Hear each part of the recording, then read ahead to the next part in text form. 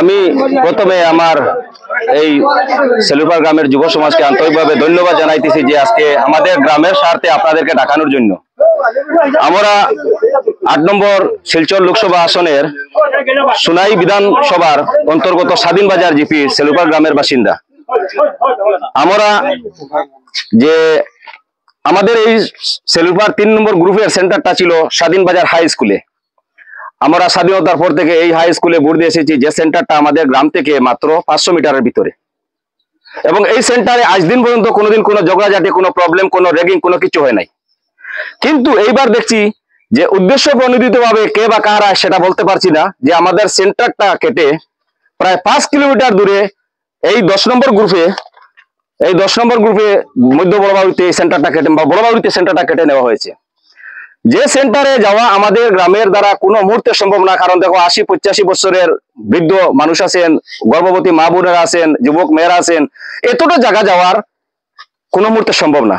সরকার চাইতেছে যে প্রত্যেকটা মুহূর্তে জনগণের সুবিধা দিতে, আর আমাদেরকে এই অসুবিধার মধ্যে ফেলানোর উদ্দেশ্যটা কি আমরা নিজেও বুঝতে পারছি না।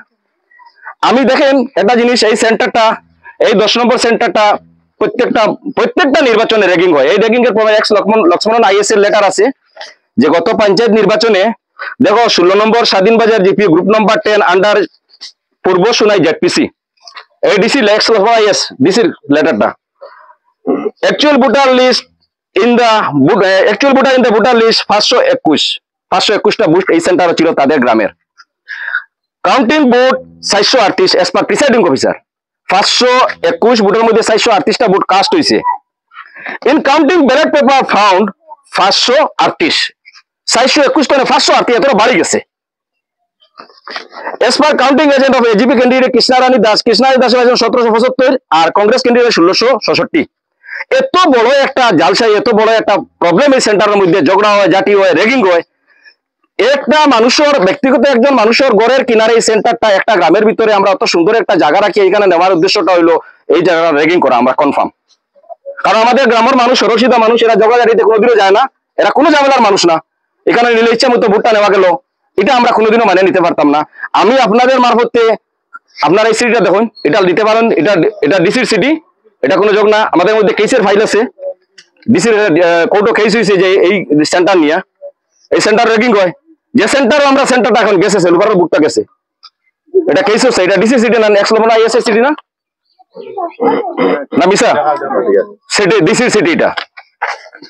এখন আমি আপনাদের মারফতে দেখো, এটা আমি আমাদের কাছাড় জেলার জেলাধিপতি, chief election commissioner of India, state election commissioner, Cachar জেলা ইলেকশন কমিশনারের কাছে রিকোয়েস্ট করি আর যে সংসদীয় নির্বাচনও আমাদের সেলুপার 10 মনপুর 10ম খণ্ড সেলুপার মানুষের ভোটটা প্রদান করার সুযোগটা দেওয়া হোক। আমরা কোনো মুহূর্তে আমরা ভোট বয়কট করবো না, আমরা ভোট দিব।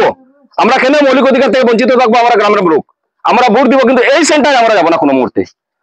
আমরা সেন্টার বয়কট করে দিয়েছি। আমরা এই বড়বাড়িতে এত দূরই আমরা এই সেন্টারে কোনো মুহূর্তে যাব না।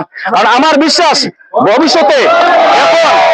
ভবিষ্যতে প্রত্যেকটা মুহূর্তে এই সেন্টারে মাইডাঙ্কা হবে, র্যাগিং হবে, আর আমরা এখানে কোনোদিনও দেখতে পারবো না।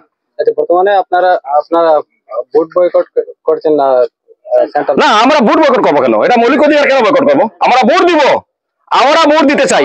আমি ডিসির কাছে রিকোয়েস্ট করছি, আমি কাছাড়ের জেলাধিপতির কাছে হাত জোড় করে রিকোয়েস্ট করছি, আমাদের গ্রামের মানুষের এই সংসদীয় নির্বাচনে অংশগ্রহণ করার সুযোগটা দেওয়া হোক। এই সেন্টারটা সরিয়ে অন্য কোথায়, এতে আমরা যে শাস্তি আমাদেরকে দিতে চান আমরা নিতে প্রস্তুত আছি, কিন্তু এই সেন্টারে আমরা কোনো মুহূর্তে যাব না। আমি আপনাদের কাছে আবারও রিকোয়েস্ট করতে চাই যে আমাদের সেন্টারটা এখান থেকে সরিয়ে আমাদের গ্রামের জনগণের মৌলিক অধিকারটা পেশ করার সুযোগ দেওয়া হোক। এটাই বলে আমি আমার বক্তব্য শেষ করছি। ধন্যবাদ।